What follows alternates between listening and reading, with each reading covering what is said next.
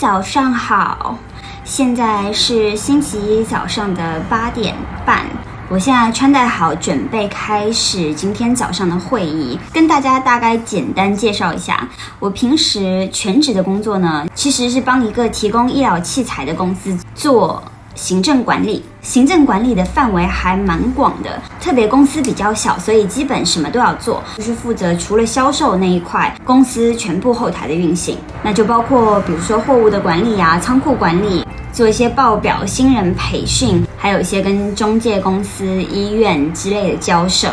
公司虽然小，大概10几个员工吧，业务又包含了整个澳洲不同的州，所以我们在我生活的墨尔本、悉尼和昆士兰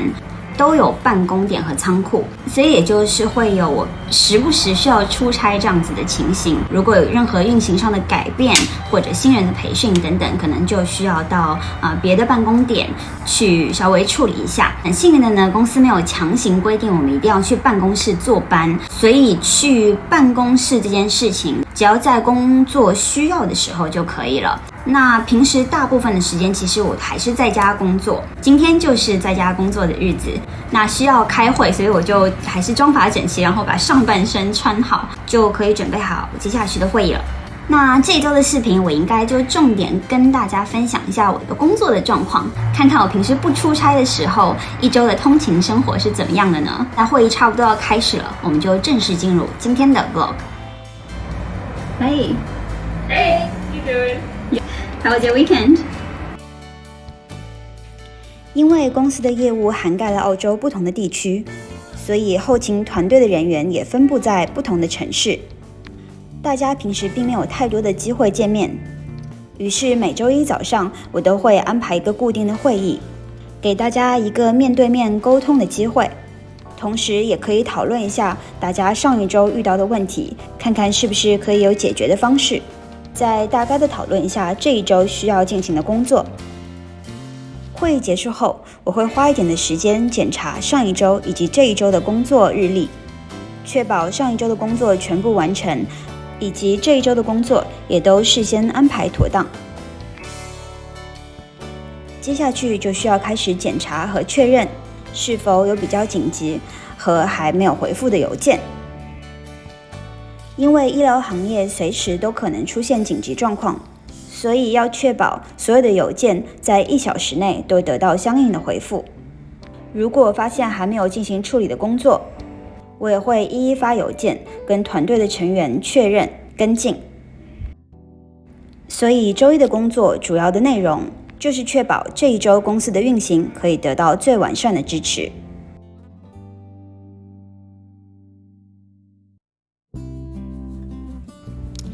一个星期也总会有这么几天需要到办公室来工作。有的时候来公司工作只是为了改变一下环境，在特别繁忙的时候，让自己可以更加专注的工作。多几个屏幕可以让操作更加的便利，也可以方便查货、点货这类的工作。需要来公司最大的一个原因就是收发货物。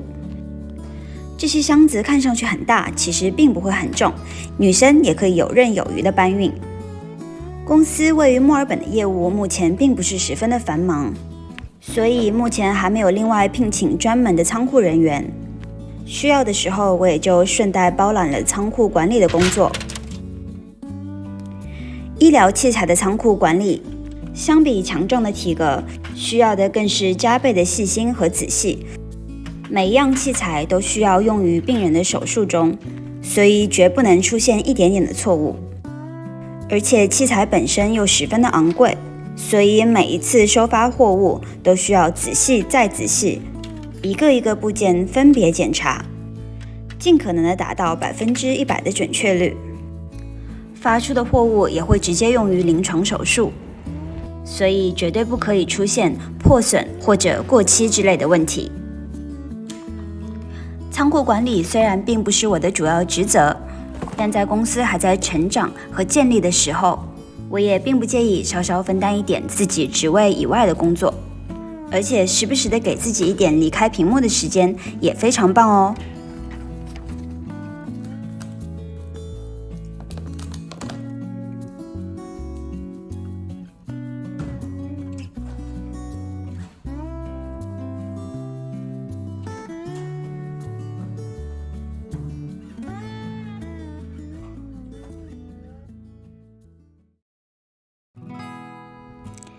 不需要去工作又没有视频会议的时候，就是最舒适的了。因为这就是我可以素面朝天穿着居家服办公的日子。我的工作一个很重要的环节就是货物的管理，随时确保仓库里有足够的货源可以提供给医院和患者。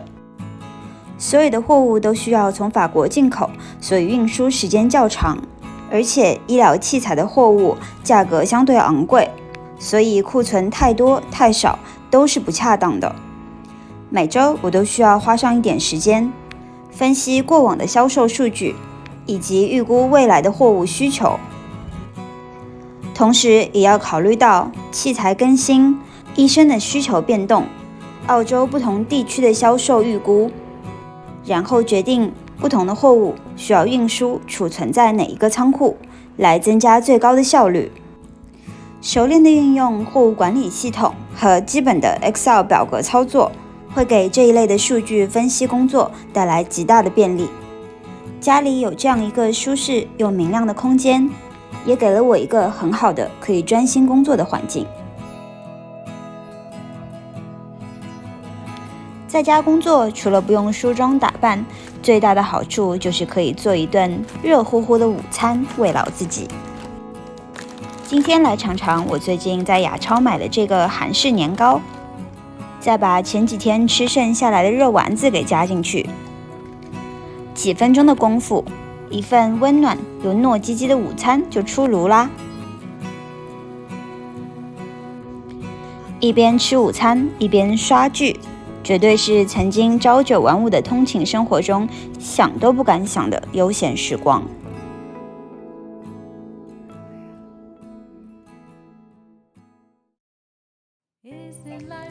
跟所有的打工人一样，我最期待的就是周五下班的时间，跟朋友一起找个餐厅小酌一杯，加上各种美食，就可以让一周的辛苦都立刻烟消云散。感谢收看这一周的视频，祝大家周末愉快，爱你们。